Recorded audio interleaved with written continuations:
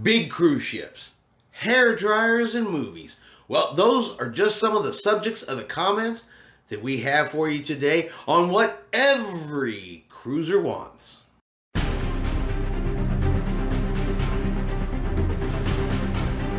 Chris here with High Seas Cruising, and welcome to today's video and another episode of What Every Cruiser Wants, where I read real cruise comments written in by people who know exactly how you want to cruise. So this week I got 3 new cruise comments for you, so let's jump right in here with the first one, and let's see if this person speaks for everybody. I hope the suits are reading that nobody likes the big ships, that nobody wants fairground attractions.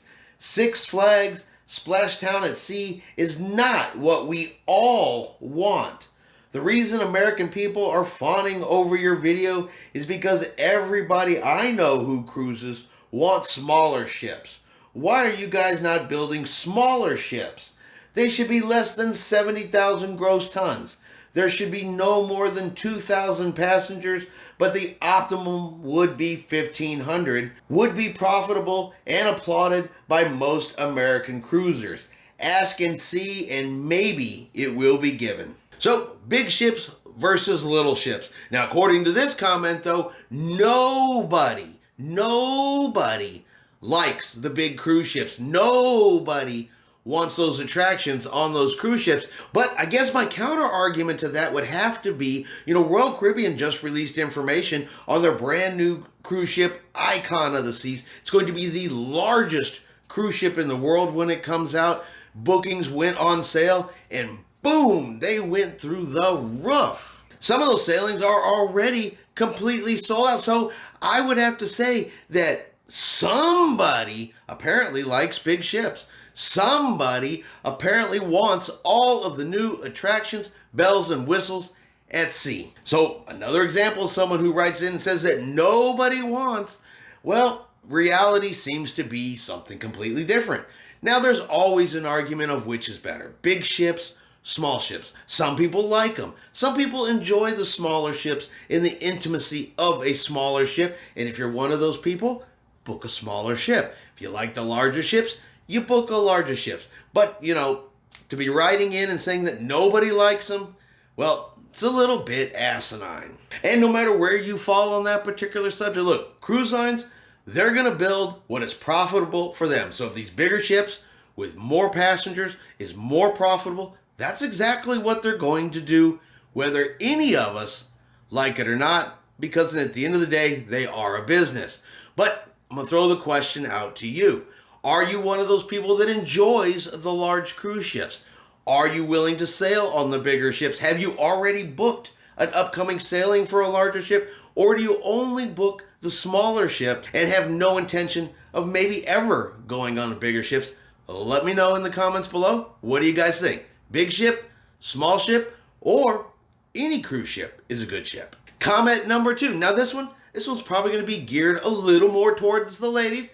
Not saying it can't be for the guys, depending on your hair, but for the most part, this is probably geared more towards our female cruisers who like to do their hair in their cabin, let's say before dinner. But let's take a look at this comment to see if you agree or disagree. I've been watching your room videos. I see you haven't changed up the hair dryers. Those little hair dryers are the worst. I have short, thin hair, and all it does is frizz it out. If you use a hair dryer to really style your hair, then Carnival makes that impossible. You should provide everyone with a decent model, like a Conair Infinity. Those of us that have to fly to get on a cruise would appreciate this. Packing space is so limited. So the hair dryers, they're not very good on cruise ships, at least according to this comment. Now, I don't use one, okay? I don't have that kind of hair, so I really don't know if they're good ones or if they're bad ones, to be honest with you. You guys are going to have to let me know in the comments below. Should Carnival put in a much better hair dryer? Now, if they go put in one of these Conair Infinities in every single cabin on every single ship, especially in the middle of all of their cutbacks, you can expect to see prices go up. Or are the hair dryers in the room, do they work just fine? Or is it just easiest for you to bring the hair dryer that you like best with you onto the cruise ship?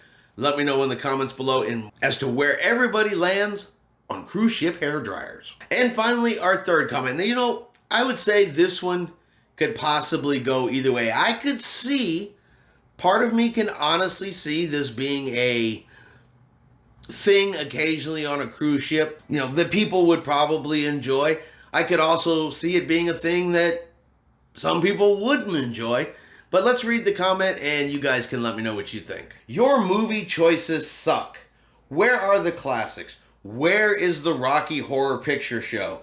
I know many of your cheerleaders would specifically book a cruise on a ship that showed Rocky Horror, my all-time favorite movie. Imagine the whole deck dancing and dressed in character. Do it and see. All right, so first up, many people would specifically book a cruise if the Rocky Horror Picture Show was being shown on board the ship. Is that the case? Is there anybody out there that would do that? That would specifically book the cruise because of the Rocky Horror Picture Show? I would say it's possible. You book a cruise because it's going to be an 80s cruise. I've done that. You could book a cruise because it's the Love Boat theme. That's pretty specific. So I would say that there is a possibility, at least, that people would book a cruise specifically for the Rocky Horror Picture Show.